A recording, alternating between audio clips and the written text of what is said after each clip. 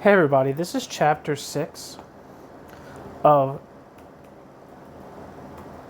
I'm gonna learn to pronounce this guy's name by the time I'm done this. Svetozar Stojanović.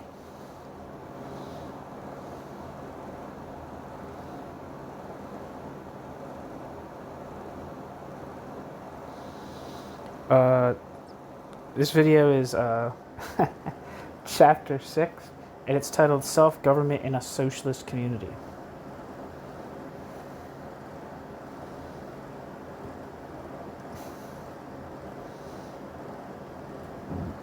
Excuse me, Jesus Christ. Burpsy. It's disgusting. What's wrong with me? Okay. Chapter 6, Self-Government in a Socialist Community. Section 1. A political movement which does not strive to create real possibilities for the introduction of worker self-management is not a workers' movement in the full sense of the term. The criterion for this should be the extent to which the movement takes advantage of all opportunities to achieve this goal, not only after it has come to power, but while in opposition as well. Many contemporary social democratic parties, seized by the vision of the, quote, welfare state, view worker self-management as a utopia which ought to be abandoned at the earliest possible opportunity. While they do not deny that worker self-management would introduce democracy into the economy, they claim that it cannot function in this sphere because the professionals must be given completely free rein. No wonder then that other people reason in the same way. George Lichtheim, for example, asserts that worker self-management is a, quote, syndicalist utopia, end quote, and does not even think that this might need to be demonstrated.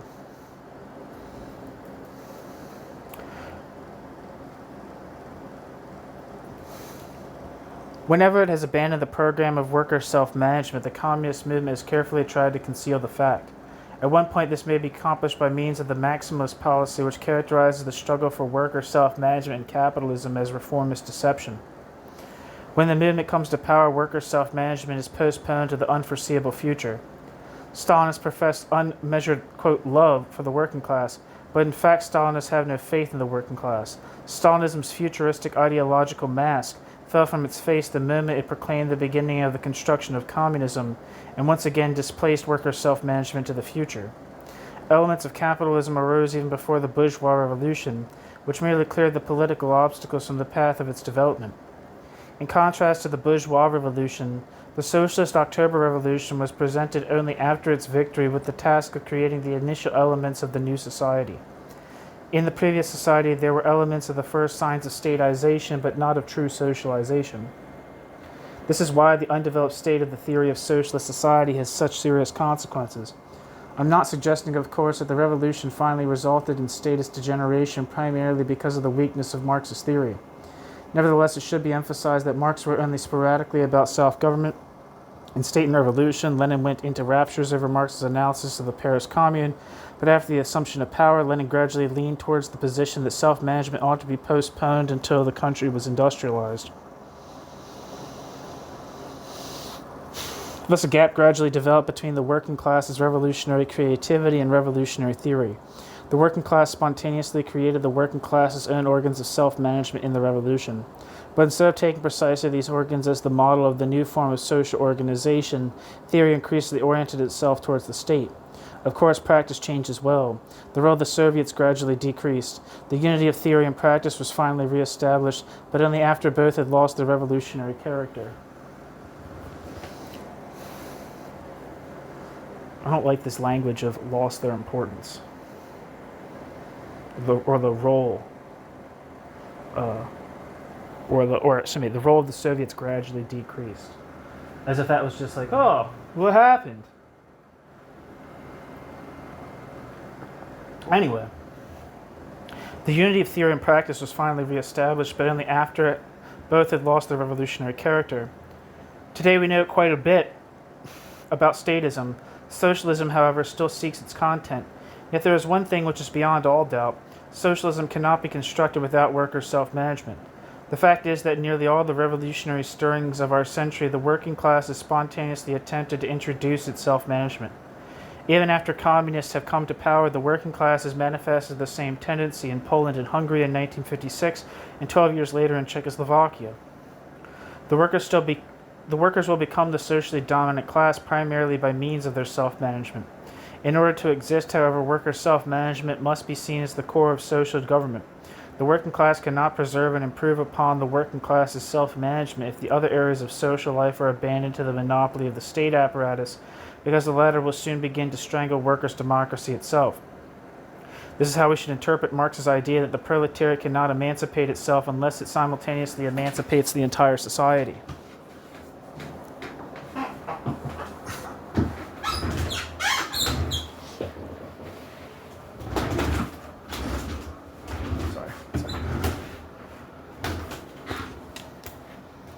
Need to move.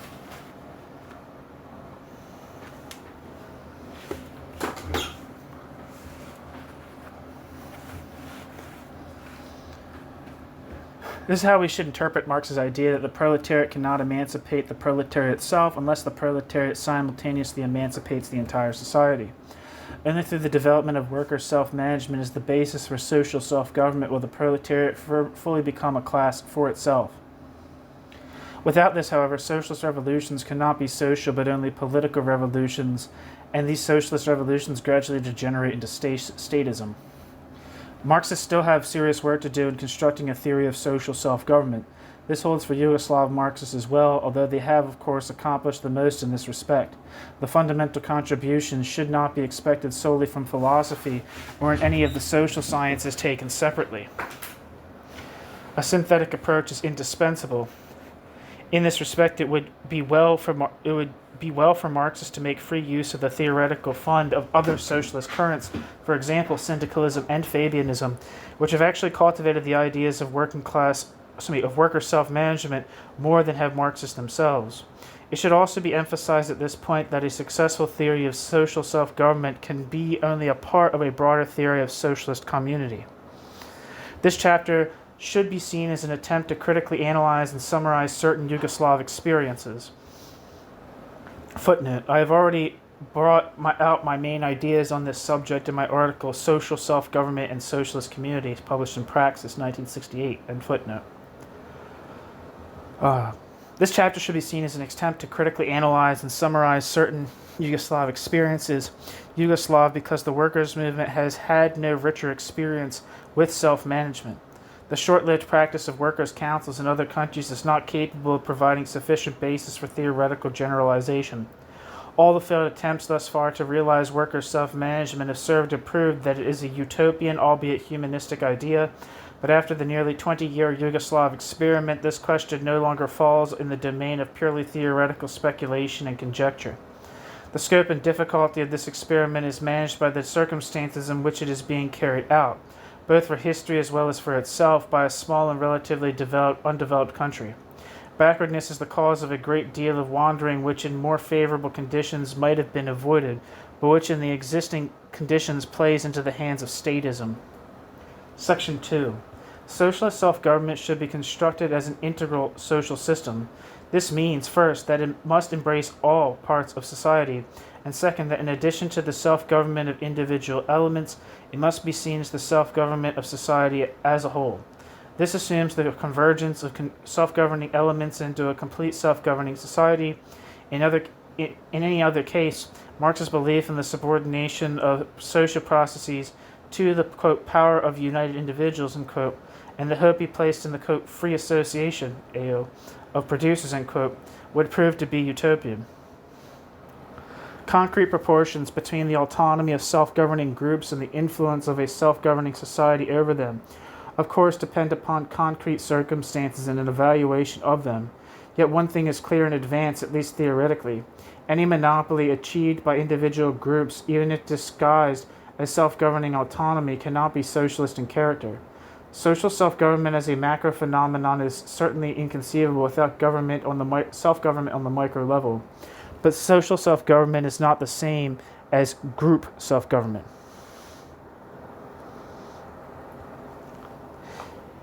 Yet the ideologists of group self-government take Marx's idea of, quote, freely associated labor, end quote, and the, quote, free association, AO, of the producers, end quote, to denote a cluster of completely autonomous, mutually unconnected and conflicting groups.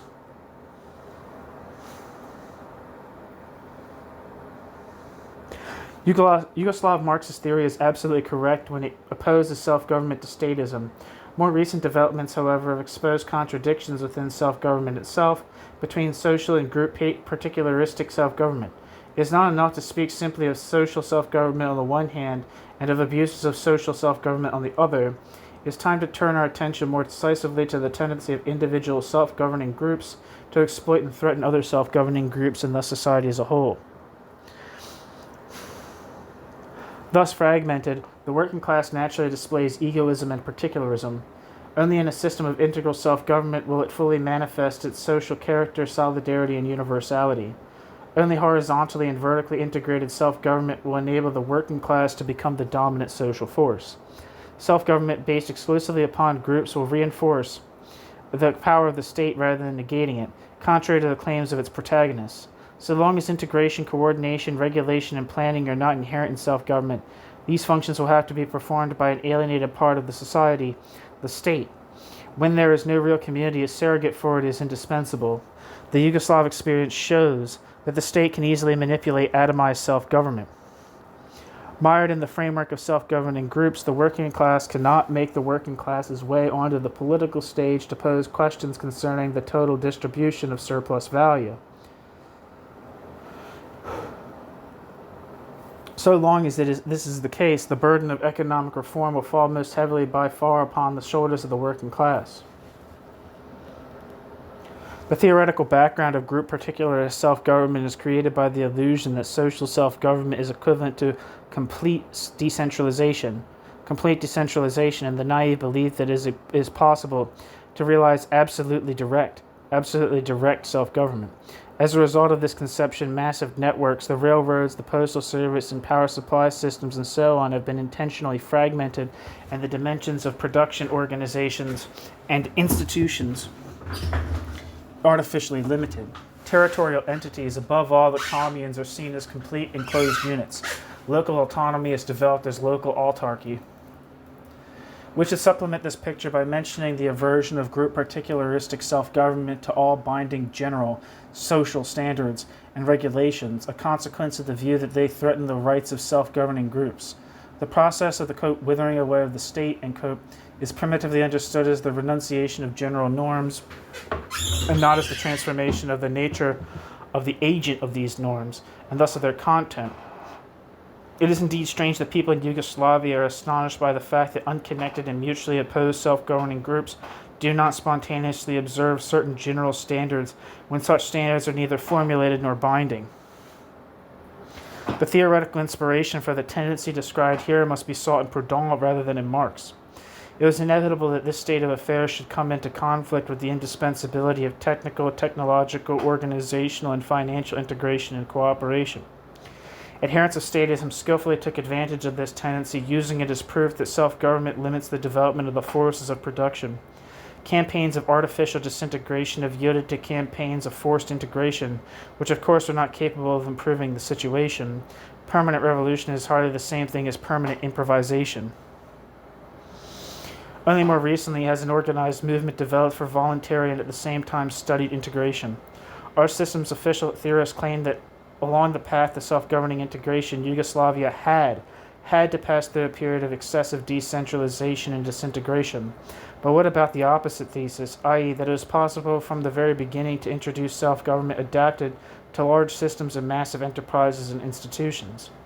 Actually, the waste of time, energy, and money that resulted was not dictated by any sort of inevitability, but rather by the mistakes of those who had theoretically conceptualized such a path of development.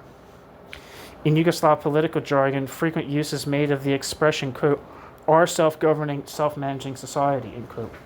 But this is only an ideological veil which social and scientific criticism has still failed to reject. Even a superficial glance at the real centers of social power in our country can show that a, quote, self-governing, self-managing society, end quote, exists only in ideology, while a vivid dualism exists in practice.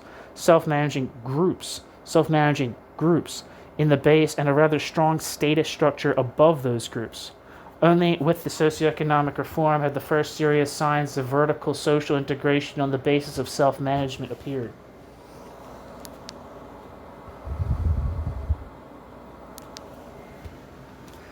The development of social self-government as an integral system assumes, of course, an essential alteration of the socio-political structure to the very top, the constitution of vertical associations of self-managing groups, the outgrowth of representative organs of self-government from below, the placing of all state organs, including the military and the police, under their control, a fundamental democratization of the political organizations, and above all, the League of Communists, and so on.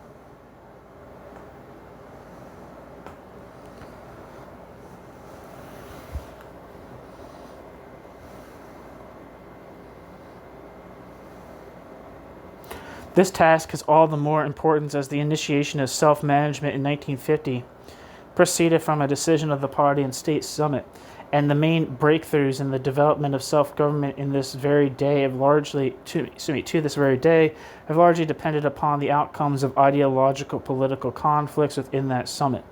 Thus, the entire, quote, scheme of self-government was constructed from without, from above, and was moreover uniform, proceeding from the economic sphere for all spheres of society. However, the self-governors should themselves conceptualize the manner in which they will make decisions within their groups. The struggle against statist tendencies should be conceived as much more profound and complex than it is ordinarily believed to be. The classical statism of the state organs is clearly visible, yet it tries to disguise itself. The state organs do subordinate themselves to representative bodies, but only so that these bodies may remain the transmission belts for the leadership of the ruling political party.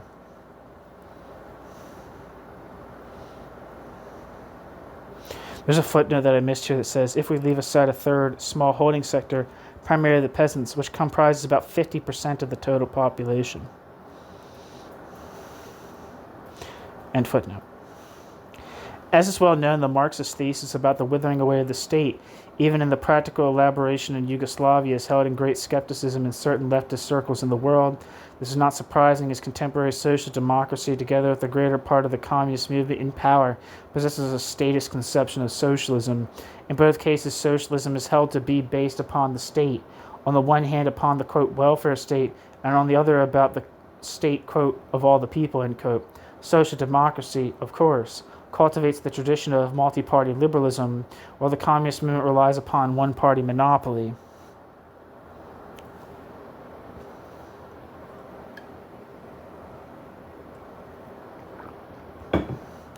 But responsibility for this skeptical attitude toward the thesis of the withering away of the state must be sought on the Yugoslav side as well. We should admit that we do not have a developed theory about the withering away of the state. A metaphor cannot cover up huge theoretical vacuums for long. What is more, in some writings, even at times in practice, the withering away of the state is identified with disorganization. Great illusions are also sown by people who reduce the problem of the state in socialism to the state's withering away. Whatever we may take this concept to mean, it is clear that the process will fill an entire epoch. Whenever society is unable to take over certain state functions, the statists take a maximalist posture in order to make their position secure, posing the alternative as either the withering away of the state or the untainted monopoly of the state. But this is a false dilemma, since there is something else which is certainly feasible in principle. All state organs should and can be subordinated, even at this very moment, to organs of social self-government.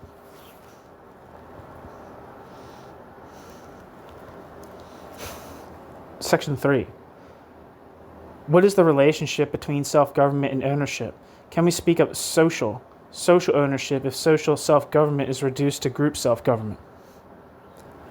Social ownership is distinguished from private ownership as a very complex phenomenon which has given social scientists a great deal of difficulty.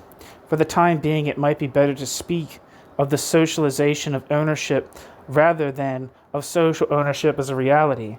After all, Marx spoke of the process of the, quote, positive supersession of private property, end quote. In Yugoslavia, this procession began with the nationalization of private property. For a long time yet to come, the state will inevitably have a certain role to play in the disposition and control of ownership. But leaving the state aside for the moment, social ownership implies a certain degree of group decision-making and group disposition of property. Because of one factor, the state and another, self-governing groups, there is a constant tendency for social ownership to be reduced to statist or group ownership. These are, in fact, two types of particularistic group ownership. Thus, it is pure illusion to think that group self-governing particularism can really be transcended by statist, quote, universalism, end quote. Only to the extent that true social self-government exists is it possible to speak of truly social ownership. No other type of ownership presupposes democracy. Since concrete social subjects must have the right to dispose of social property to a certain degree, the danger will always exist that they will reduce this property to group property, i.e. property of either the state or self-governing groups. It is necessary on the one hand for social property to be brought as close as possible to individuals and groups to become concretized, while on the other hand it is at the same time necessary for the narrow and monopolistic disposition of that property to be transcended. The concrete universal is continually menaced by particularism as well as by abstraction. The most powerful self-governing groups can betray a tendency to extort those decisions from the state and representative organs which would further their own particular interests. The concept of social ownership, just as the concept of social self-government itself, reflects basic social contradictions. Group ownership and group self-government, on the one hand, demand state ownership and government by the state. On the other, society could not function if state ownership did not set strict limits to group self-governing ownership. In these passages, we have not been engaging in purely abstract theoretical speculation, but in a statement of real tendencies in our society. The danger that social self-government may be reduced to group self-government is based upon the factual treatment of social ownership as group ownership.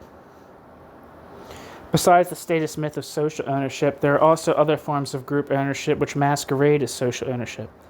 What else is the complete closing off of individual self-governing groups with respect to cadres, organization, and distribution than the monopolization of one sector of social property? Group particularistic self-government is favorable for mediocrities.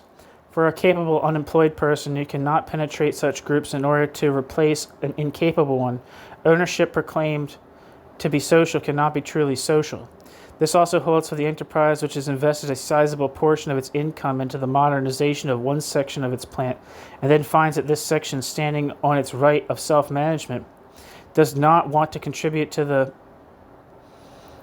modernization of the other sections. In apportioning their income, some self-governing groups behave according to the principles of group ownership and group self-government. But when they go bankrupt on the market, expect help from the larger community, invoking the principles of social ownership and social self-government.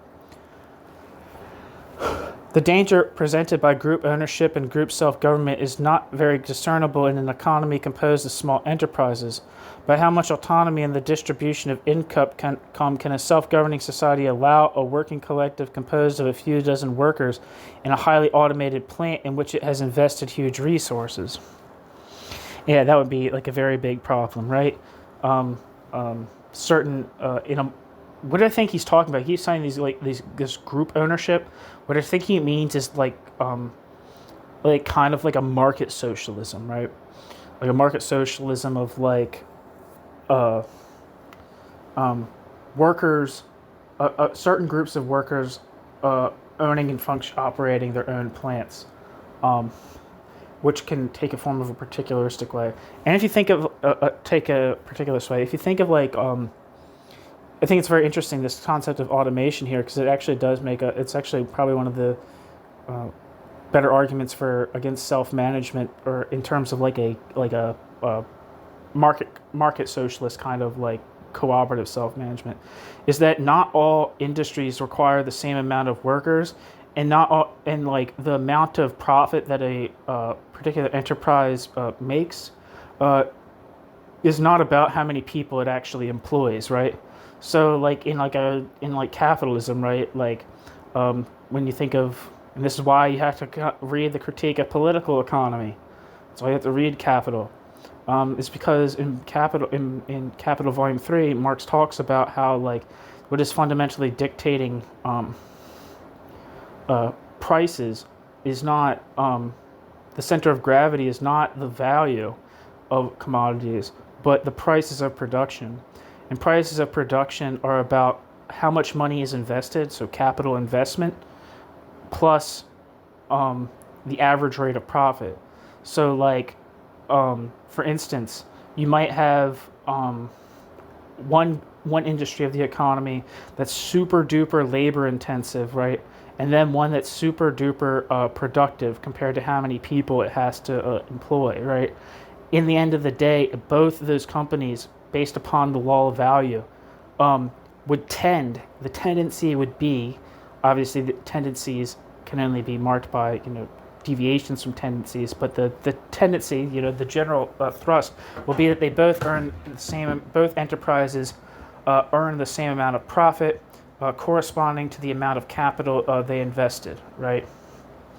And so if you had like a self-managed society, if you had one segment, or not self-managed society, if you had like a market socialism, right, that would be a problem that would grow up because, say, in these industries in which there had been a large degree of automation and the productivity had increased and less workers were needed, that could put in a position where, like, the profits of that enterprise, which were could be distributed between a very small handful of individuals, while another more labor-intensive segment of the economy would have to split the profits between its workers, and it would create a form of inequality between workers in different industries.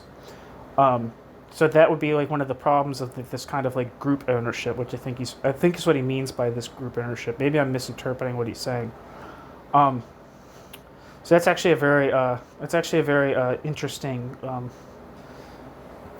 idea.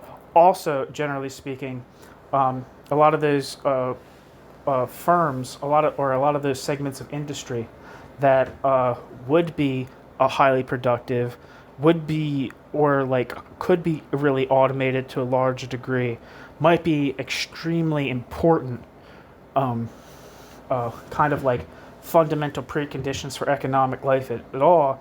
And if that part of the economy is owned by a very small group, of whether or not they're, it could become like a fief, right?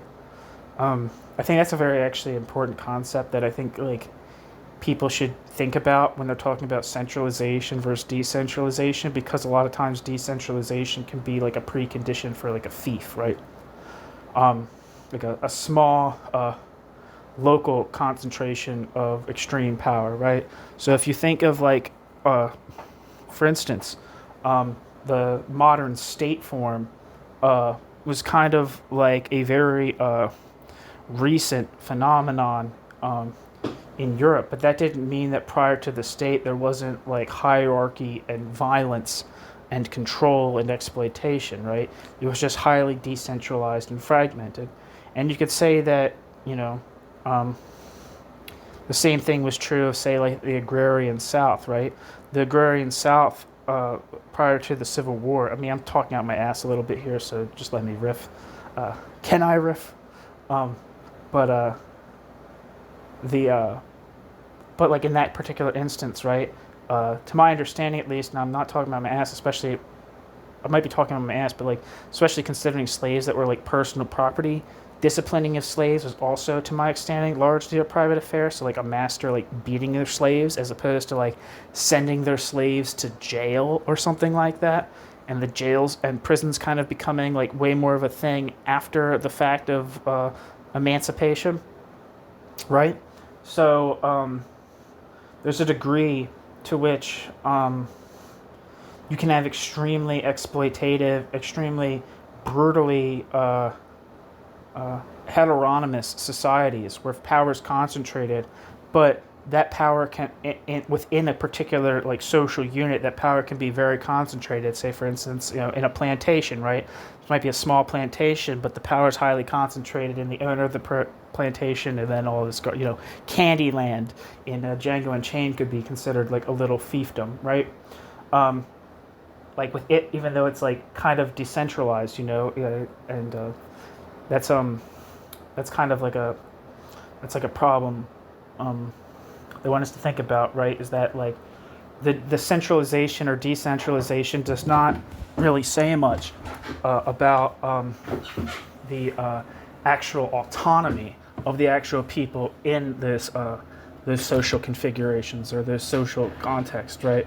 The same thing with like a feudal manor, right? It might be a very small community that's living there with the lord and all that. And there's like a million different, different manors and stuff that are kind of like self-governing in the sense that they don't really appeal to need too much power assistance from the outside. Obviously, in the same. Obviously, in feudal Europe and as well as the slave-owning South, obviously there was still governments, there was still states outside of them. But a lot of administration was kind of like done on like a very local level, at least to my understanding. I could be talking about my butt.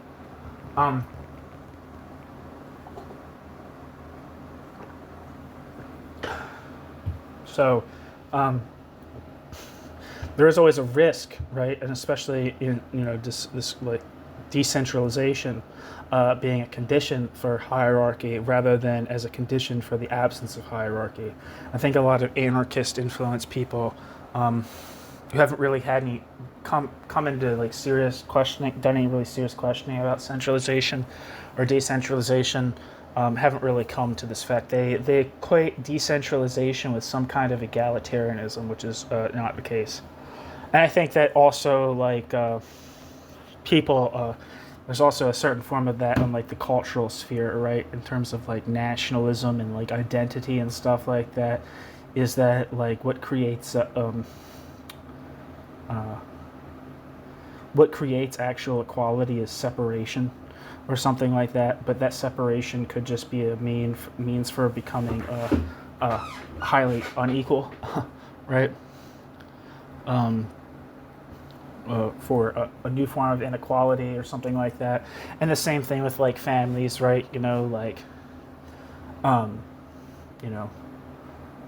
like communities, right? There's this idea that like it's one of the critiques of multiculturalism. I don't think it's so much as this in the United States, but I think in certain European countries, and I'm not sure, with certain like migrant communities that are like highly religious, and I've come kind of across this because to some extent in like like having some degree of like self policing or something like that. I can't really actually speak to it too well, but and it's kind of like the idea is that this is like a democratic thing, right? That like having this like multiple cultures thing, but really what it's like kind of like a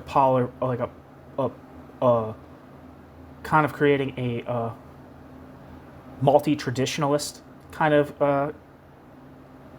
configuration, right? Where like traditional patriarchal, especially hierarchies, are upheld because they're and this is kind of viewed as like a democratic thing, right? But it's really like the actual social content of it is not emancipatory at all. But yeah, so like, and the same thing with like families, right? Like I'm kind of going off here, but like a family unit, right, is kind of a very, to a large extent, obviously, in a commodity-producing society, the family is not like an isolated peasant household, which would be even worse. If you think of even just capitalism, like the household, right? There's nothing nothing in that, just because it's separate and kind of like self-governing in some capacity, doesn't mean that the family is not a site of domination, often in very extreme and often very violent forms, that are kind of like accepted as that's family business or something like that. You know what I mean?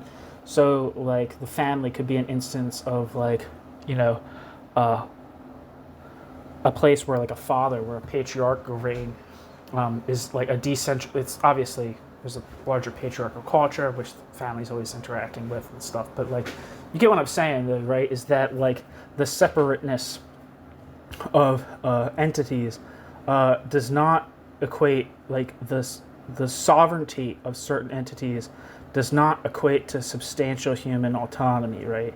And that's one of the problems with like national self-determination, as a problem, nationalism in general. It poses that there's actually some inherently substantial democratic content to that, but there's not.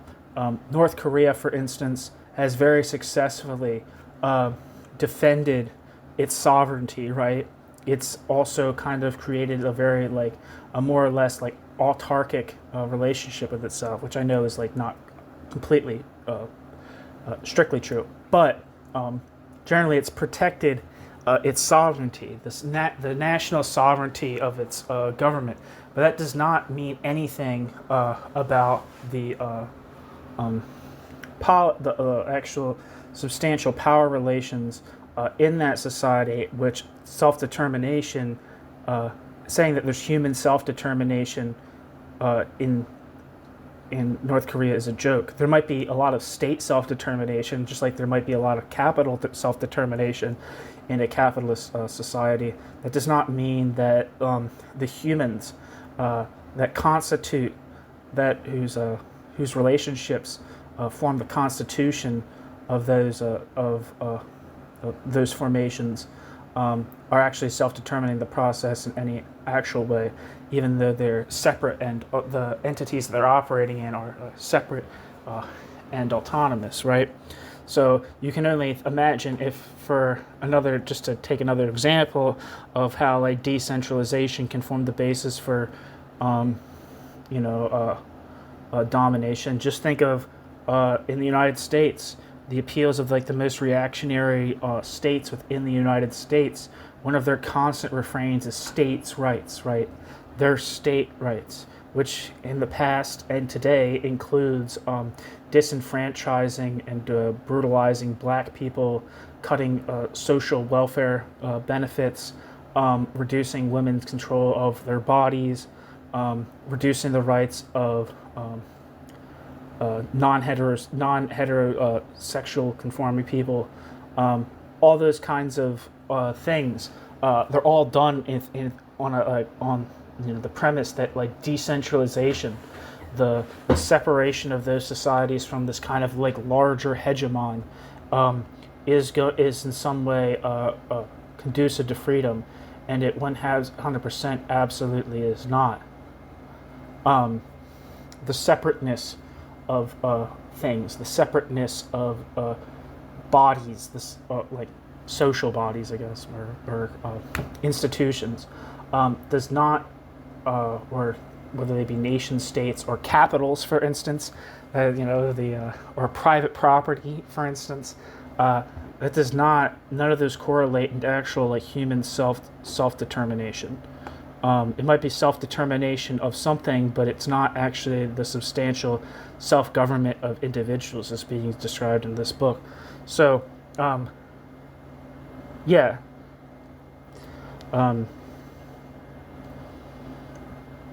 So this, I feel like this is what's being. Maybe I'm wrong, but I feel like this is this problem in the instance of self-management, or possible at least interpretations of self-management is like.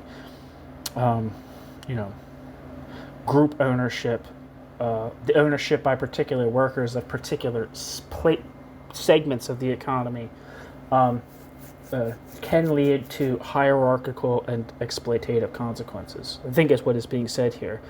And some people say, and I think what he's also saying here is that like another form of this kind of like particularism could be constituted in like the particularism of a state, the particularism of the state, or the particularism of a ruling stratum. Like just because there was a large degree of centralization in the Soviet Union, or there was a constant striving for maximum centralization, that did not entail that the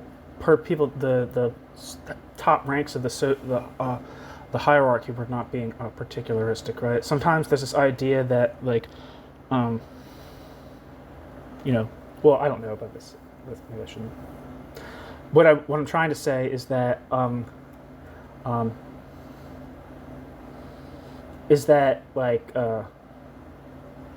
things that seemingly are centralizing or particularistic, right?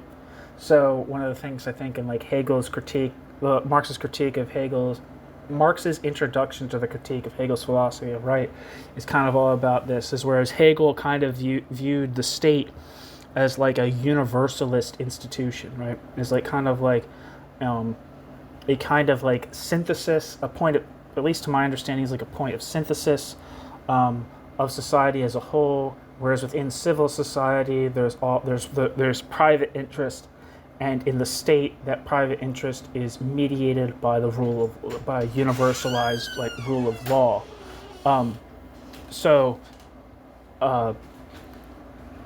But what Marx says in that particular instance is that the state itself is a particularistic institution, especially considering that the state is not kind of some like abstract entity in the clouds, but it is like is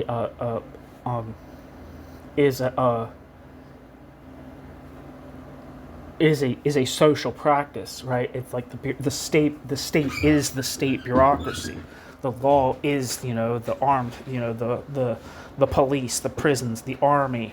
That is the social, the material constitution of the state. So both I think what Stojanović is saying here is that he's kind of trying to challenge this kind of like these dual forms, of heteronomy that are not substantially self-government in any capacity. This kind of like particularism of like the center, and then the particularism of like the periphery, or like the decentralized particularism versus centralized particularism, which are both antagonistic to actual self-government. There's a piece by Lauren Goldner that was on God, I can't think of what the actual journal was called. Why can't I think of Lauren Goldner's journal? Insurgent Notes. We're just talking about kind of like some speculations about what capitalism, what the overcoming of capitalism would entail. And he's talking about how like, granted some very like grand evolution in terms of technology, the way that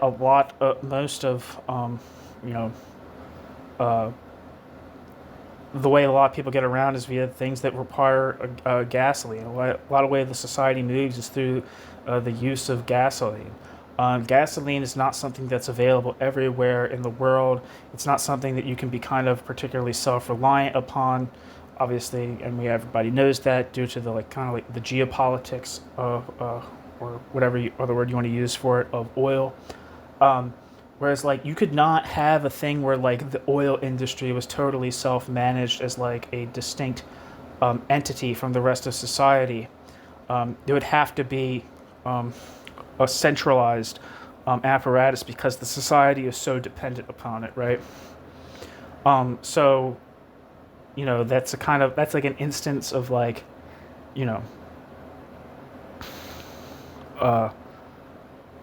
what he's describing there is that that neither of them is like self-government in the sense of kind of like chopping society up into a bunch of little like spheres of economic influence and control would not be the same as society collectively managing its labor on the basis of a commonly shared plan, which would be what is a self-governed a self-governed interaction with nature and between humans and nature and humans and other human beings would entail. So, thank you for letting me riff there. The danger presented by group ownership and group self-government is not very discernible in an economy composed of small enterprises. But how much autonomy in the distribution of income can a self-governing society allow a working collective composed of a few dozen workers in a highly automated plant in which it has invested huge resources? Some theorists claim that in such cases the problem is one of a conflict between the nature of decision-making and the nature of ownership. But they are slaves of the legal fiction of social ownership. Ownership is not a metaphysical entity which exists independently of decision-making and control. In the instance cited above, individual groups dispose of social property in a largely monopolistic manner. Thus, one can at the very best speak of the danger of the constitution of group property. For society as a whole, it is of relatively minor importance whether it is entire self-governing groups or only oligarchic groups within them that behave toward ownership in this manner. Although I believe that it is most often the latter that do so, I cannot follow the glorifiers of group self-government, who a priori can exclude the first possibility and reduce the entire problem to so-called decentralized oligarchy. In Yugoslavia, alienation in socialism is treated exclusively as a consequence of statism. Yet alienation can appear in self-government as well, not only because of the activity of oligarchic groups, but also because of the behavior of entire self-governing groups toward society. This is precisely what I was talking about. Yet alienation can appear in self-government as well, not only because of the activity of oligarchic groups, but also because of the behavior of entire self-governing groups toward society. Alienation of the means of production of labor and alienation of the means and products of labor from society can be accomplished by individual self-governing groups as well. For instance, like I said earlier, say like a particular group who controls oil, a compelling society to grant it privileges or do what it wants is a possibility that could be done. Maybe it won't be necessarily be done, but its possibility is there. In the final analysis, it's all the same to society whether it loses control over the means of products of labor to the state or some self-governing groups. After all, alienation resulting from group particularistic self-government cannot exist without its complement, statist alienation. Moreover, alienation as a rule is accompanied by reification. Certain self-governing groups treat the other members of society as means and things.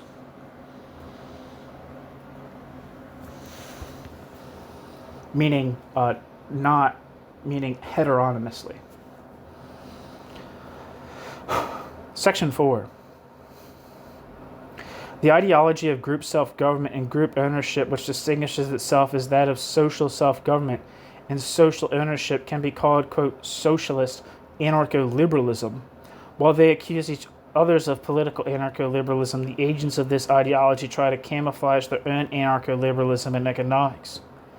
If the concept of monopolistic self-governing groups is substituted for that of capitalists, we are immediately struck by the analogy between, quote, socialist anarcho-liberalism and the ideology of liberal capitalism. The behavior of certain self-governing groups that is defended by anarcho-liberals much reminds one of the relations characteristic of so-called laissez-faire capitalism. According to, quote, socialist anarcho-liberalism, self-managing groups should aspire solely to realize their own interest and to increase their income. And it should be noted that this is in the 1960s, but throughout the final quarter of the 20th century, this kind of idea of socialism as like a market socialism gained increasing popularity, as if the only alternative between capitalism and a Stalinist command economy was this. According to, quote, socialist anarcho-liberalism, self-managing groups should aspire solely to realize their own interest and to increase their income. The antagonistic interest of self-managing groups, nevertheless, spontaneously mingle harmoniously to form the social interest. The market and income realized on it automatically reproduce socialist social relations. Does not all this remind one of certain conceptions of liberal capitalism's theories, such as that of the, quote, invisible hand, in, quote, Adam Smith, which harmonizes competing interests? I mean, I think that's absolutely, that is exactly what that sounds like, right? And I think like a big part of that is that I think that, I don't want to say anarchist, because anarchist is such a heterogeneous group, and it encompasses all kinds of people. You could say that like Marxists include people like Stalin and Pol Pot, for instance. So you don't want to say anarchist, but I think anarchists who aren't like anarchist communists or something adjacent to that, some kind of form of anarchist communist, especially if they have kind of like a Marx allergy, like a Marx phobia, where they don't really. And honestly, they're no more guilty than this than a lot of people who identify as Marxists. They never touch capital, but the entire critique of capital is that it's about power and stuff, and it's about exploitation, but it's not about like state domination, right? Now, obviously, anarchists usually have the critique of private property as a means to exclude people from the means of production and thus exploit them by their monopoly over resources. And they accept that too, and that's why they reject private property in the sense of the ownership by capitalists. But they don't really get to the critique of like the law of value, like the law of markets. And markets is like this kind of like not just this kind of like amazing spontaneous thing, but a thing that kind of like it leads to like extreme irrationalities and crises. If there is no market, if just think of any time there's a financial crisis, what's happening is that there's a breakdown in buying and selling of things. There's no kind of like, due to the system of society being based on the buying and selling of commodities. They don't really have much of a critique of value, and I think that's one of the things that's important about a lot of like the value form analysis kind of people, is that it's like, and Michael Heinrich says this about like one of the big things, one of the most important features of the political consequences of value form analysis is the critique of any notion of market socialism being a viable alternative to capitalism, for it doesn't fundamentally get to the core of the problem, which is the heteronymous dictation of human activity by the market.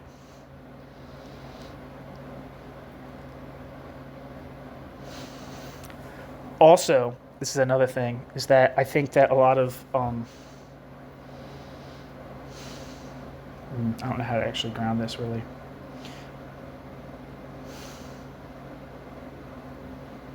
A lot of people thought that that the market had sort of like, by the 1960s, a lot of people kind of had the idea that the market had kind of like seen its day, right? Yet society was still like exploitative and alienated. But there's more of an increasing role of monopolies and state interference, so they didn't really like critiquing like it's almost, I feel like a lot of people it almost, and you could say this about like the Johnson Forrest tendency, you could say this about Carneades Castiatus, like bitching about about the law of value and the invisible hand. And by law of value, a lot of times they talk about the law of value, but they basically meant the capital-labor relation by the law of value is what they actually meant, oftentimes, or what they were referring to. But there was kind of like more of an emphasis, and I think an important emphasis that I think that is important in the history of ideas and also important for reflection today, a critique of hierarchy in like a bureaucratized like form, right? The problem of like bureaucratic production relations and bureaucratic just institution of society, which meant like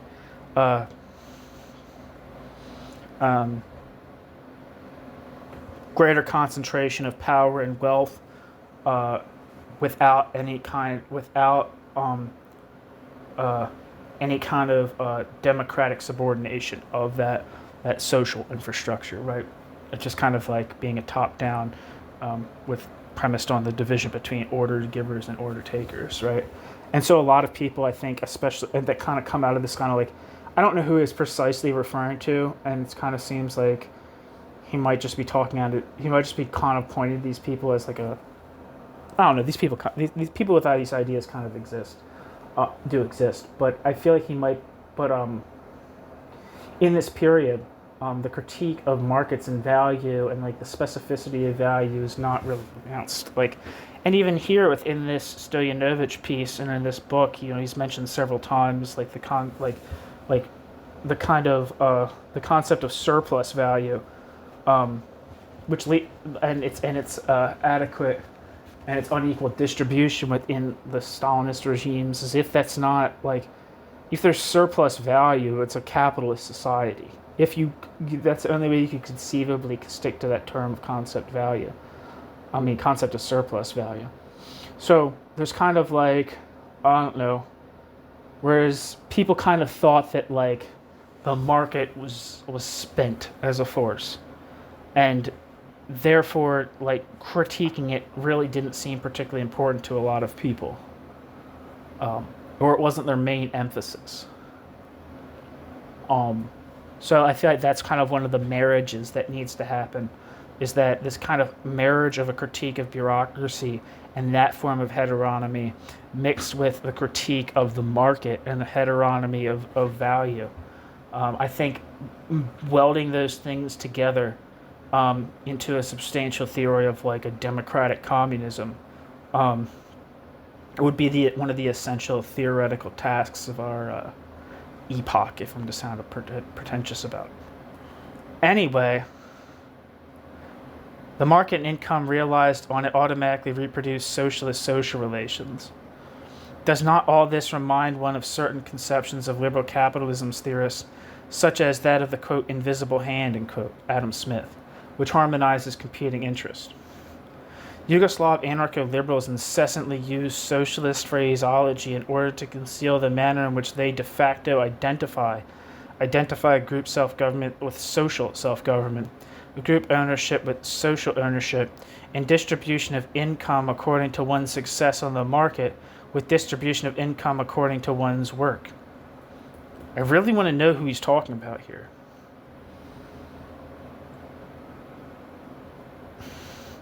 Any serious coordination, regulation, and planning outside of the self-managing groups they brand as statism, and they criticize any tendency toward vertical social integration as, quote, disguised statism.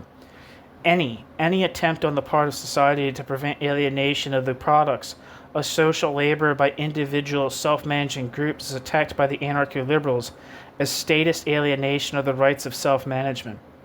Any demand that communists be above this pygmy group particularistic consciousness represents to the anarcho-liberal as the alienation of communists from the working class. For the anarcho-liberals, freedom is the possibility for self-managing groups and their members to behave in the manner described above. Society as a whole is presented primarily with the task of clearing the obstacles from the way of such behavior. Mutatis mutandis, the following description by Marx could apply to Yugoslav anarcho-liberals as well. Quote, liberty is therefore the right to do everything which does not harm others. The limits within which each individual can act without harming others are determined by law, just as the boundary between two fields is marked by a stake. It is a question of the liberty of man regarded as an isolated monad, withdrawn into himself, end quote.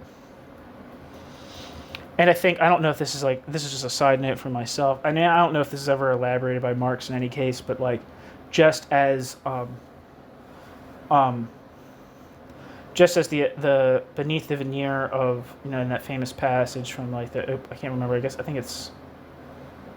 can't remember what chapter it's from, actually. I think it might be chapter 4 of Capital, when he introduces the concept of capital.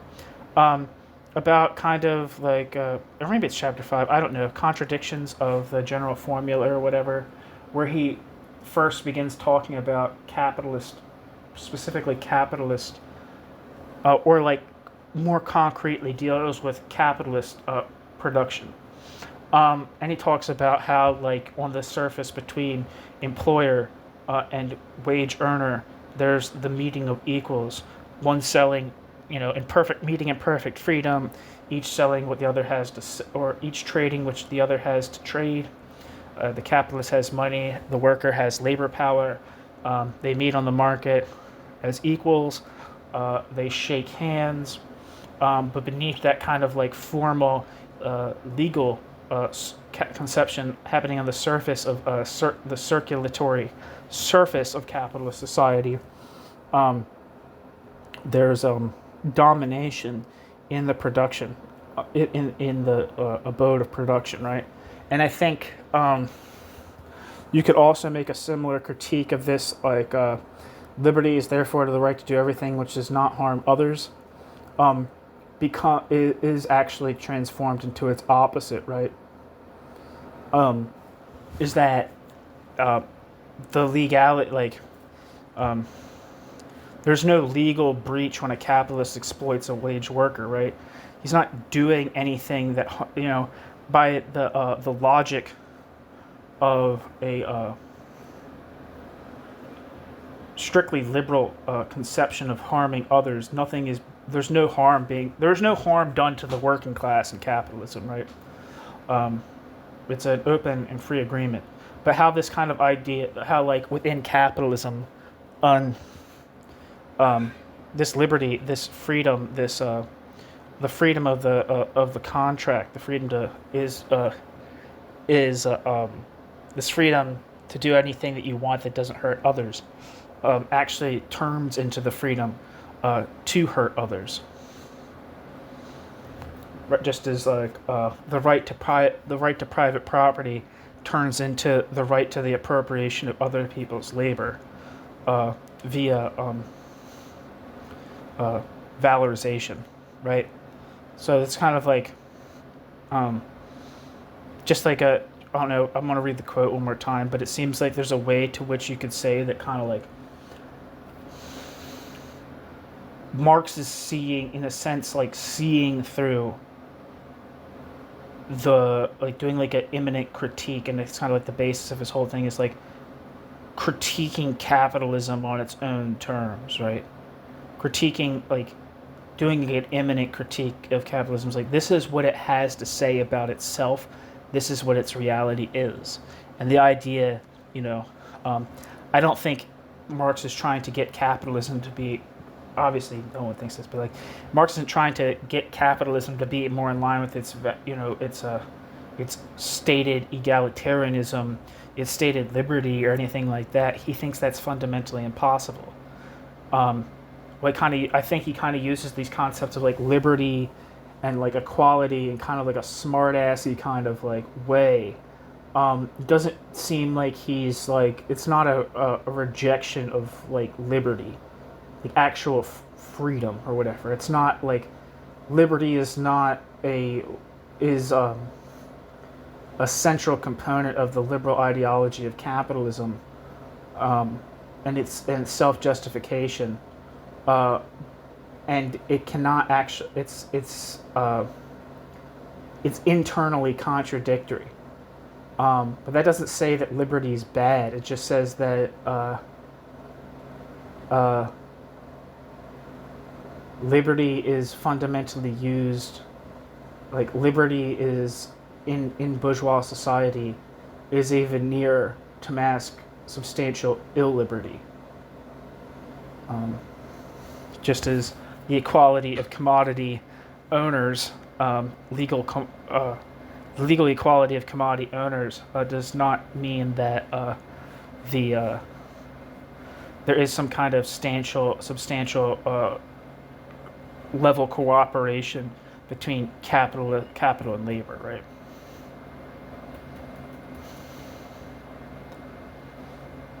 And I feel like that's what mostly he's critiquing when he's critiquing these kind of like legal formalism. It's like he's critiquing, like, whereas other people might say, okay, like,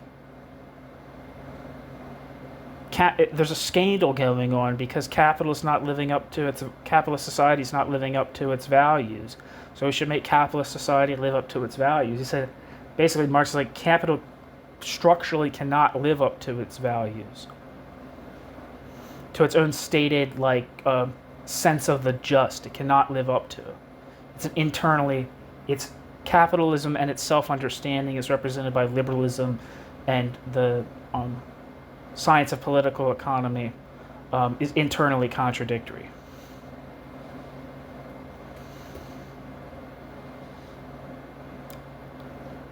And that internal contradiction can only be overcome practically via the abolition of capitalism. The anarcho-liberals, just like the ideologists of liberal capitalism, reduce the idea of social justice to that of commutative justice. Each person ought to receive as much in social distribution as he earned on the market. Every distributive understanding of justice is excluded in advance as statism, parasitism, an effort to alienate surplus value from the direct producers.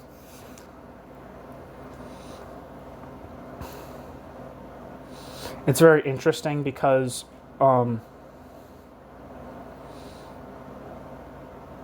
this is kind of like precisely, it's interesting because he's talking about right here about these anarcho-liberals, but this is precisely the ideology of Stalinism, right?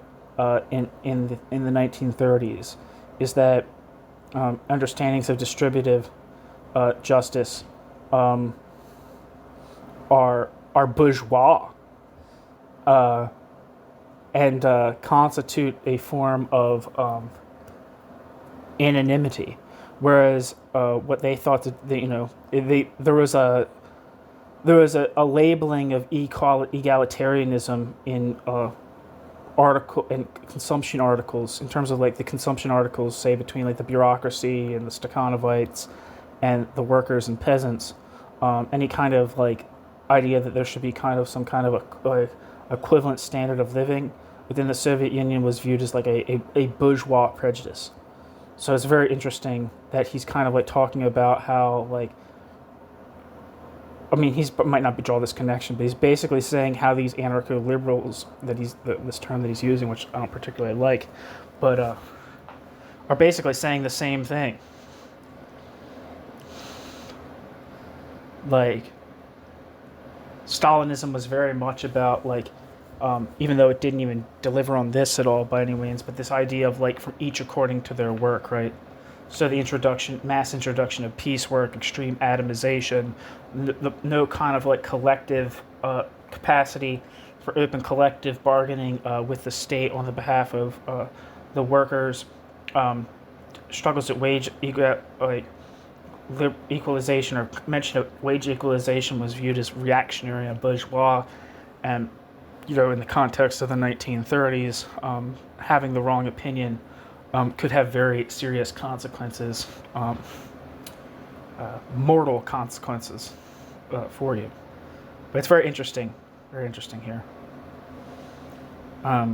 Quote, socialist anarcho-liberalism rejects collectivism as the ideology of statism, but it does so from the standpoint of individualism and self-governing group egoism, rather than from the standpoint of Marxist humanism. We did not have to wait much longer before the anarcho-liberals dragged in their final touch, which followed logically from their understanding of, quote, social self-government and, quote, social ownership. In order to be more closely bound to their self-managing collectives, the producers allegedly should be issued corresponding numbers of shares of stock. And this is that's actually a thing with market socialism. What's his name? John Romer or whatever, who's like one of the analytic guys, views is like, Marxism is basically totally wrong, but what's worth saving in it is it's essentially like this notion of like distributive justice, which could be made equal by everybody kind of having like equal shares in the market economy. In order to be more closely bound to their self-managing collectives, the producers allegedly should be issued corresponding numbers of shares of stock. Having demanded this, the anarcho-liberals had to go on to propose the establishment of a stock exchange as well. They did not specify, however, the character which such a society would have, a society in which the short-lived ideal of universal shareholding would yield to the concentration of shares in the hands of a single group of, quote, producers.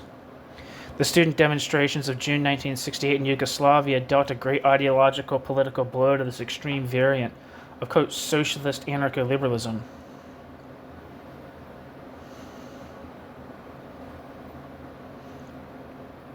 The principal basis of, quote, socialist anarcho-liberalism is to be found in oligarchic groups and self-managing collectives, but paradoxically as it sounds, also in a disguised section of the statist oligarchy. Compelled to accept self-management on the micro level, statists support the group particularistic variant, in order to prove thereby the necessity of a strong state, which supposedly should set boundaries for the activity of socially irresponsible groups of self-managers. In trying to prevent integration on the basis of self-management, the statists are attempting to prove in practice the necessity of the general integrative function of the state, even though they frequently put themselves in charge of ideological campaigns against it. This anarcho-liberalism is no closer to socialism than is statism. Actually, the anarcho-liberalism of self-governing groups only reinforces statist tendencies. A true revolutionary program, however, must be based on the idea of integral socialist community. Those self-managing groups that behave in an anarcho-liberal manner can neither on the basis of their internal relations, nor certainly on the basis of their external relations be the bearers of such a community. Section 5.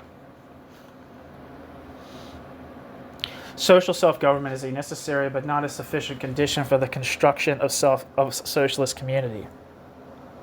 Who is it that makes decisions, and the content of these decisions are matters of equal importance?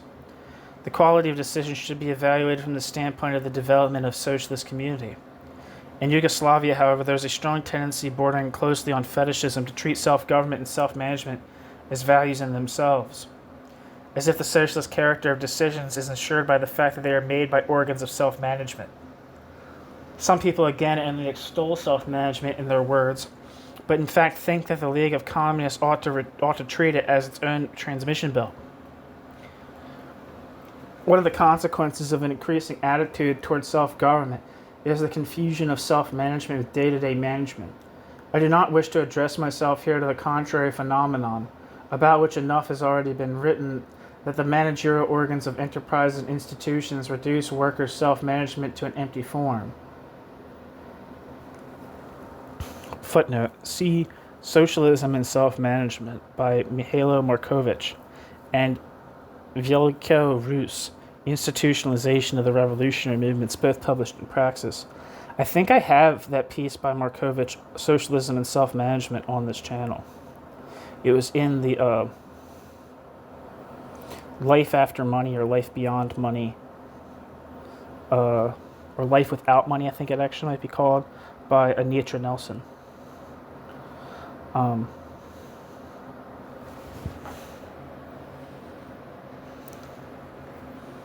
Anyway, when democratic bodies omnipotently meddle in operative leadership, then, of course, there is neither true self-management nor professional and professional and responsible leadership.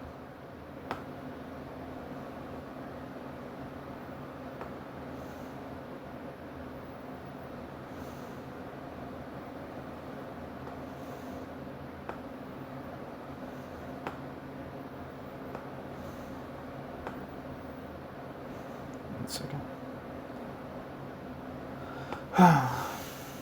Computers. They never do you right, do they?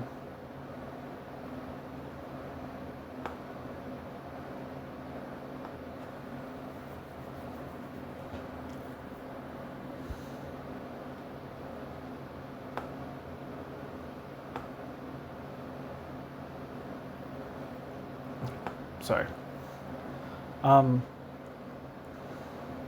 It is not at all surprising that such groups do not even contemplate making use of modern scientific achievements in leadership and management, and that the degree of working hierarchy and discipline demanded by any modern society, self-governing included, is absent. In order to preserve its own position and to compromise workers' self-management, the politocracy rejects as technocratic any proposal that boundaries be drawn between workers' self-management and operative management. This shows how even the slogan of, quote, unlimited worker self-management can be so cynically abused as to reduce it to the absurd. Obsession with production and consumption threaten the prospects of socialism in any country which seeks to emerge rapidly from a state of backwardness. Are there not many people in Yugoslavia who reduce the problems of socialism directly or indirectly to problems of production and distribution, and reduce worker self-management to the relations of production alone? In this respect, two phases have characterized the development of our society since the Revolution.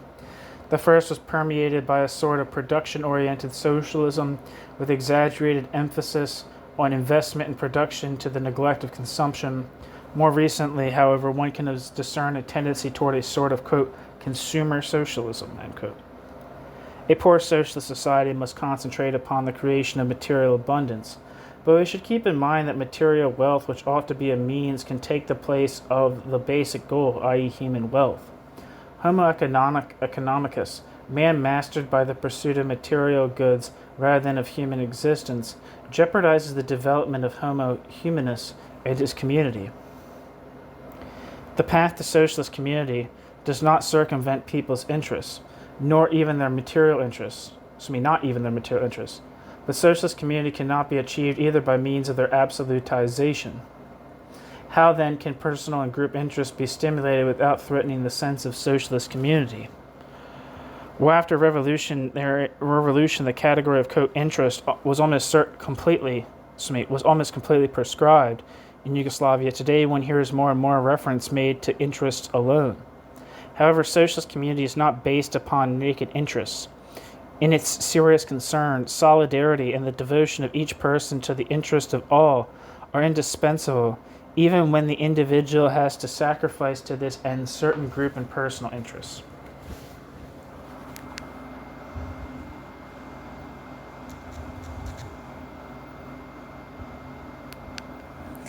If all life were reduced to the pursuit of money and mutual competition, then such a society, even though bearing the title, quote, socialist, would not have the right to make reference to Marx. Would it not display the very same hierarchy of values which he so severely criticized in bourgeois society? In no essential respect would the man who lives in such a society be any different from Marx's homo duplex, the egoistic individual and group on the one hand, and the abstract citizen on the other. If it is of minor importance that instead of capitalists, there are self-governing groups, when the self-governing groups themselves behave as, quote, collective capitalists, unquote. For the person who is thrown onto the street by such a group acting in the interest of its own income, the difference is only one of terminology. In order to become wealthy, socialist society must handsomely reward knowledge, professionalism, and high productivity. But how are we to prevent the gradual formation of an ever more wealthy and powerful elite which will be in a position to prevent a further lessening of social differences when it becomes materially possible for it to do so? How are we to preserve in the meantime the deposit of revolutionary egalitarian consciousness? Will not the attitude of the revolutionary vanguard towards social inequality change radically in the process? What in this respect will be the nature of the new generations upon whom the continuity of the revolution will depend? All these are questions and warnings which Marxists and revolutionaries ought to express before it is too late. New section. Section 6. After the lively discussions and practical vacillations that culminated in the new economic policy, the Bolshevik Party decided upon extreme centralization and a distributive economic model. This choice was one of the fateful factors in establishing the basis for primitive politicratic statism. It was once again confirmed that the mode of production determines the nature of the entire social system.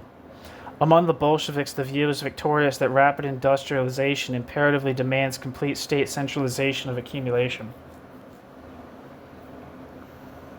They came to the conviction that socialism is irreconcilable with market economy. Without going into the question of whether this belief was based on the authentic Marx or not, one thing should be emphasized as indisputable. In order for social products to lose their character as commodities, it is necessary, according to Marx, that they exist in abundance. But here was a society of scarcity which wanted to abolish market economy. The result was statism, not socialism. The state planners and the distributive apparatus became alienated from society and began to take the lion's share of social production for itself. This economic and socio-political model later became a paradigm for an entire group of countries.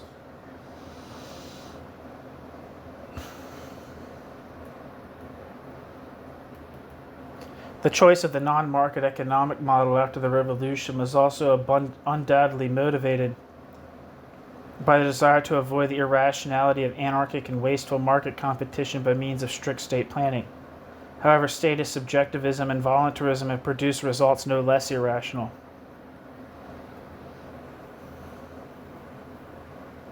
Without a commodity money economy today, there cannot be any rapid progress towards material abundance. There is still no better way in which to determine the material needs of the population and on this basis to produce real, quote, use values.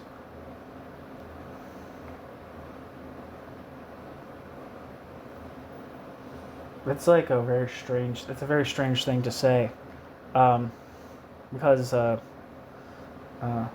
Marx certainly thought it was. Marx certainly thought there was sufficient material abundance, maybe not in Tsarist Russia, but certainly in the places where he thought the material foundations for a socialist transition were already existent within capitalism. He most certainly thought that commodity production could be overcome. The otherwise noble wish to eliminate the mediation of, quote, exchange values, unquote, at the very beginning of socialism has resulted in production for stockpiles rather than for use. The market can diagnose and cure many, quote, infantile disorders and shatter many economic myths constructed by statism. The market can reveal, for example, that beneath full employment there is only pseudo-employment, or that an extraordinary rate of economic growth can, to a certain degree, mean accumulation of unused stock. Behind the facade of economic dynamism, the market can reveal the harmful investment errors of the politocracy, which has tried to erect monuments to itself in the form of so-called political factories. In a word, the market can unmask parasitism and introduce effective selection and stimulation. In the absence of the pressure of real market competition, self-managing collectives in Yugoslavia used to react rather indifferently to the use values of their products. Moreover, their economic interests were not such as to induce them toward mutual integration.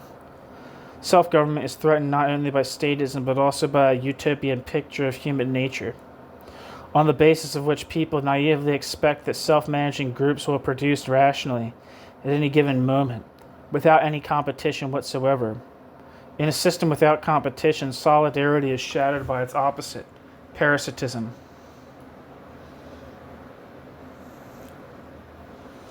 In order to preserve a given society's socialist character, however, the market must be placed within the framework of serious planning, regulation, and coordination. Otherwise, economics and morality will continue to react antagonistically upon each other.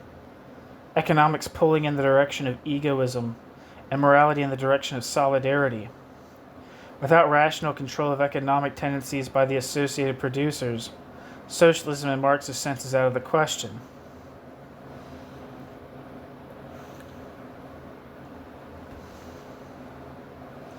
However, neither in theory nor in practice has an economic model yet been discovered which might synthesize self-management, the market, and planning. John Maynard Keynes was among the first to perceive that bourgeois economic thought was the victim of two major errors. One, that the economy can successfully regulate itself by means of the market mechanism, and two, that an uncontrolled market ensures the maximum utilization of economic potential. Thus, Yugoslav anarcho-liberals who glorify the market in socialism are provincially repeating the mistakes of pre-Keynesian bourgeois economics. In place of the demolished myth of state-based de-alienation, they are constructing a myth of de-alienation through the uncontrolled market.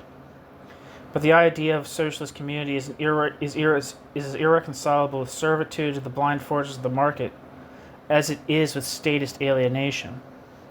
So long as it exists, the market will try to impose itself over society as the supreme regulator and criterion of human relations so that it may thereby restore the economic basis of bourgeois society. It is generally recognized that the market reacts mainly to the existing level of demand and that the market also creates artificial and even harmful demands. It thus comes into conflict with the mission of socialist community, which seeks to humanize existing need and develop new human needs.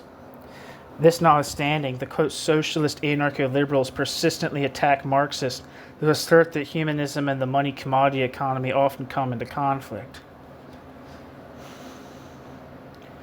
This conflict is quite obvious in culture, although the market could reveal some parasites here as well. Yugoslav experience only confirms what we already know from capitalism. The individual groups, self-governing now, can use the market to encourage the most uncultured of needs and make quite a bit of money in the process. It is indisputable that capitalist civilization still dictates our structure of needs and consumption to a considerable degree. This has been the source of much confusion over the question of the proper criteria of socialism. Even the very concept of the standard of living is increasingly reduced to a material standard, rather than being seen as a human standard. In Yugoslavia, there are theorists and practitioners who advocate simply transferring market principles to the field of culture. But socialism, if understood in a Marxist sense, should orient itself toward the gradual elimination of cultural values from the list of commodities. Statism has replaced the rule of Homo economicus, so characteristic of bourgeois society, with the domination of Homo politicus.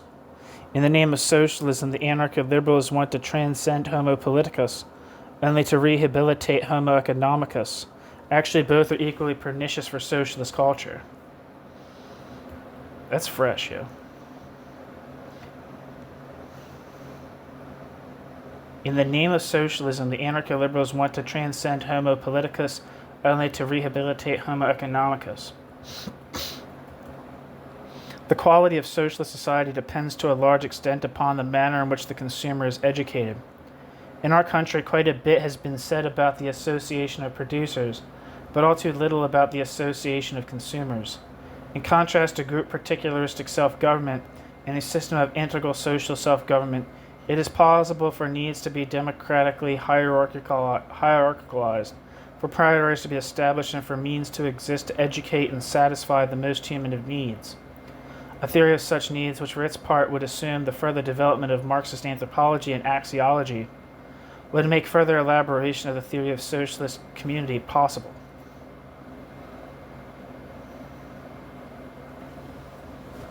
All right, that's the end of the chapter. Thanks for listening.